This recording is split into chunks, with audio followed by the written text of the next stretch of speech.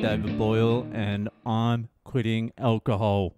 So Louis C.K. is back. I just watched his new special, Sorry. Sorry. I'm so sorry. He loves doing that voice, and he loves doing intense fucking sex jokes.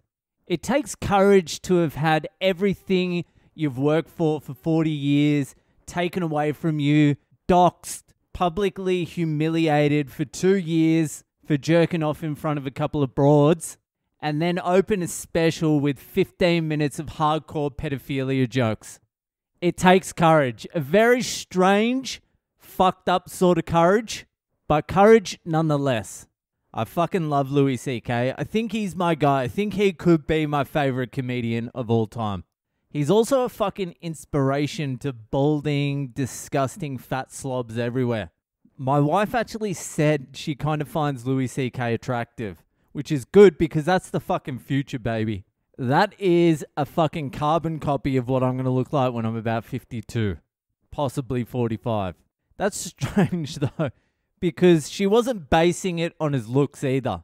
She wasn't looking at him and going, wow, I want a bit of that fucking action. I want a bit of that fucking plain black shirt wearing unkempt, balding, fat look. She looked past all that and she was listening to the words he was saying and she was attracted to that. She was attracted to his mind. You know, women have the ability to look past the physical and fall in love with a man's character. Men don't really have that ability. Or if we do, it's forced.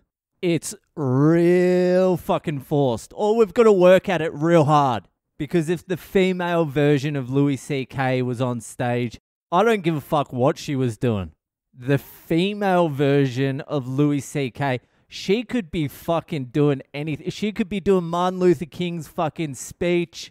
She could be reciting fucking Shakespeare. I don't give a fuck. She could be talking in tongues. She could be literally communicating with God. And I'd be like, no thanks. No thank you. It sucks. For a guy, that sucks because we fall in love with something that is fleeting and impermanent. Women fall in love with things that have a little bit more substance, that are a little bit longer lasting, like character or money. It would be so much fucking better if we were attracted to things other than looks.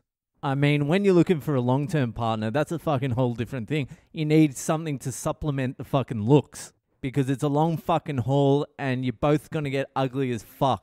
But I've been thinking about it the last couple of days because I've been watching this fucking Beatles documentary, Get Back by Peter Jackson, which is just fucking unbelievable. It's one of the great documentaries of all time, and fuck me, I'm starting to change my mind on the fucking Beatles.